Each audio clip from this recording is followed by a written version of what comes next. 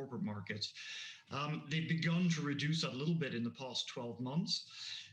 But the real key focus in the more medium term for Chinese banks and their impact on the dollar market is how is the property market in China holding up? And the property market in China is pretty robust. So I think that although invariably in credit we get particular individual stories, the bigger picture is that as growth is strong and underlying assets are doing well, credit markets are going to hold up well too. I look at what the government is doing, and there's generally just been a drop in some of the bond sales. What that signals to me, what that signals to investors, is that that could be a way of basically gradually tightening fiscal policy. Do you subscribe to that view? What does it mean for Chinese bonds?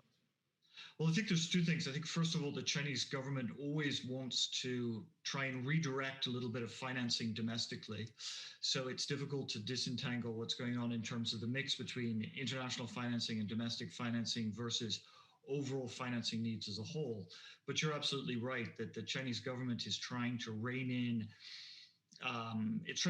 credit growth and put more on the brake in terms of credit growth. So I think that's what we're seeing in terms of the bond data.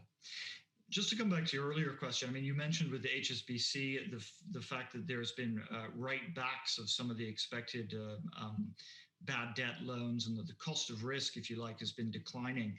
I think that's also symptomatic of the fact that more generally, credit conditions globally are pretty good.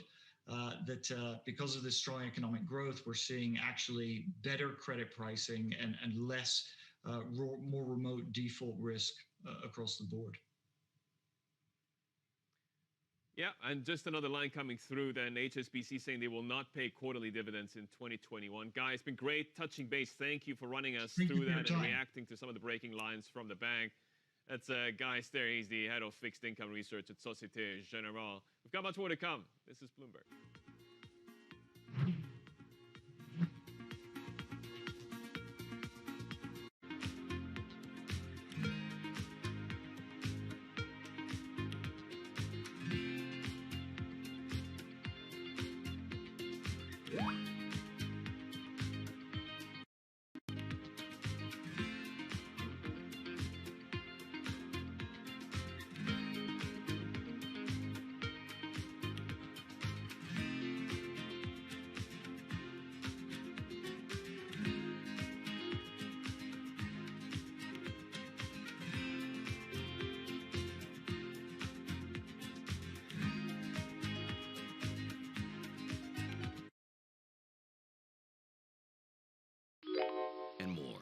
Visit bso.org/now,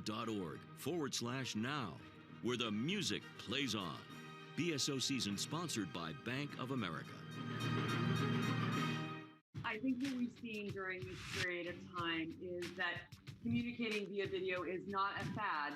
We are using it in all aspects of our lives, for work, for learning, for communicating, for staying in touch.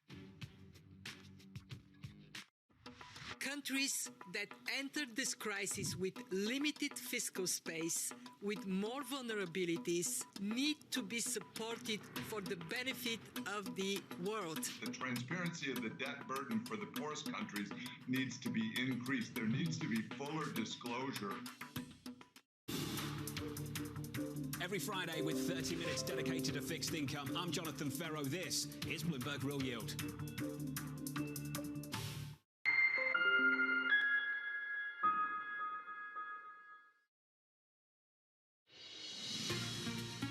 Ongoing talks among global powers and Iran on the future of the 2015 Iranian nuclear deal will reconvene in Vienna today, and a U.S. delegation also returns to the Austrian capital. Simone Foxman is following the latest on this, and she joins us from Doha. Simone, this is what, the fourth week of discussions now. Where do we stand? Yeah, well, it really depends on who you talk to, Yusuf.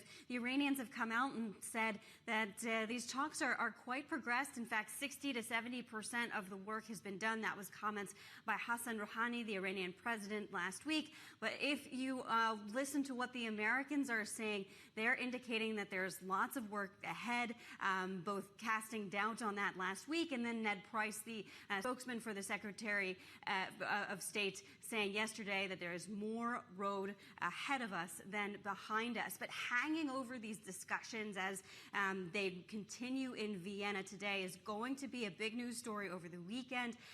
Javad Zarif, the Iranian foreign minister, making some comments that were not intended to be released to the press, essentially accusing the Iranian Revolutionary Guard Corps of standing in the way of progress on the nuclear deal, both back during the Obama administration and more recently, essentially